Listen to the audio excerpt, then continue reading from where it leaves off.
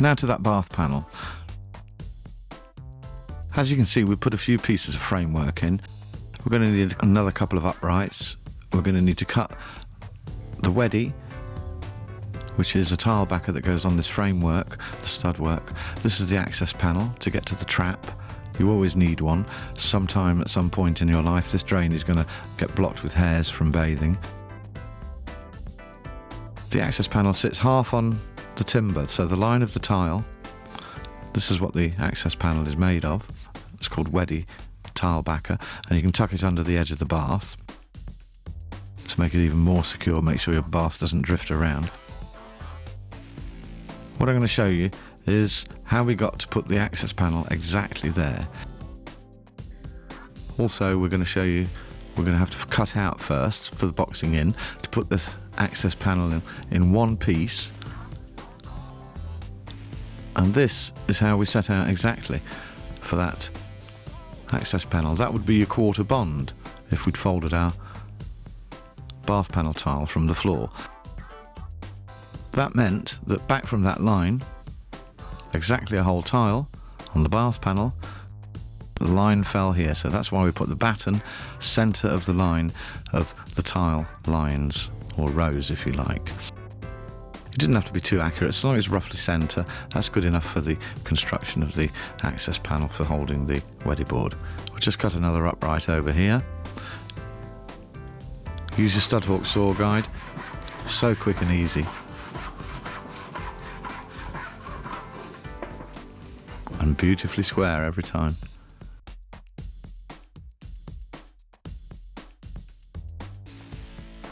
Just measure that upright. Mark it off. The first cut was just squaring the length of rough timber up. I'm using sawn timber, it's cheaper than planed. Use your Studhawk saw guide. It's so quick when you're doing carcassing, you don't have to square so many lines. There's a shot from the other side. See how the principle works? So simple. Everybody can now cut straight.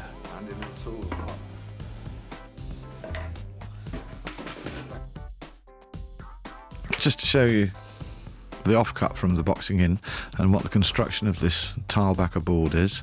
It's got a polystyrene in the middle that's really hard and doesn't compress, and it's got two layers of fiberglass and a cement coating on each side. That's what we fix tiles to. It's rock proof, and if water can't get in there, can't delaminate the striations of the ply.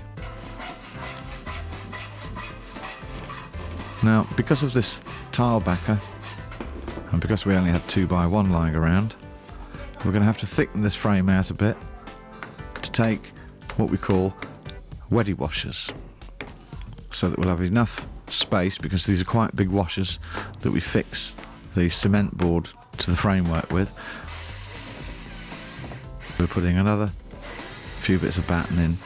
All strengthens your bath panel, strengthens the frame that the bath sits on, and remember, don't go through both pieces of timber because of those elements, so choose screws that are exactly the right length.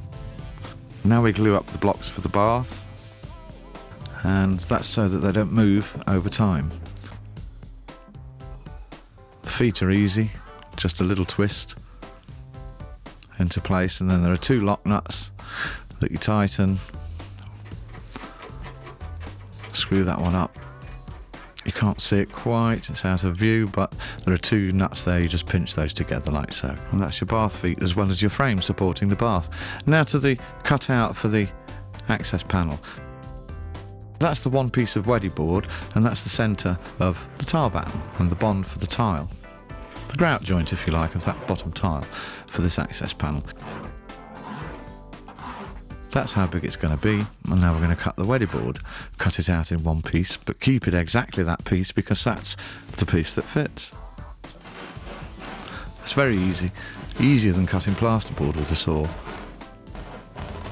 Just go very gently, and there we are. Keep your piece the right way.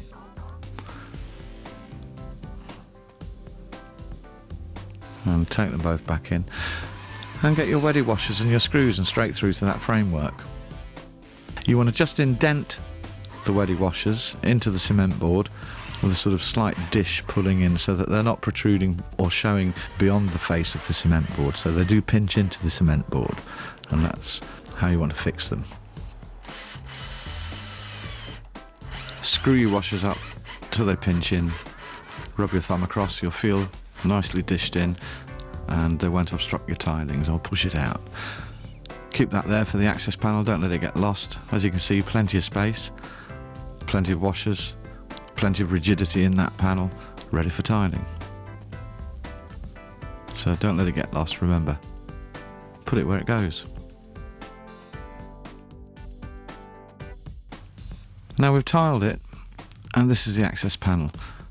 We tiled away from the edges of the joins so we didn't get any adhesive in there, locking the access panel in place, and this is how it comes out. Now the tiling's set to the same level.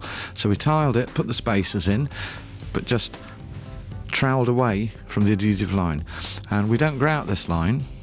What we do is we fill it with silicone, and the silicone matches the grout, and then we cut through with a utility knife like so, and the access panel falls out if ever required.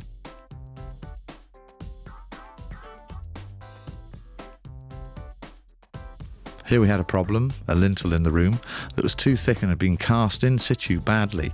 The plaster came off the walls and it still protruded into the room. So we made a feature out of it with a keystone. Rather than try and disguise it on a different level, the client chose to make it a feature. This nail in the middle was quite important.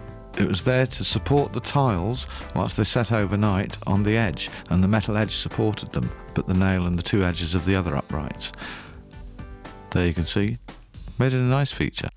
The amazing new Studhawk saw guide set. There are two Studhawks in the pack. The Studhawk 90 makes cutting square simple, and those difficult miters, the Studhawk 45 makes them a piece of cake. The Studhawk helps keep your fingers safe and save time squaring a line.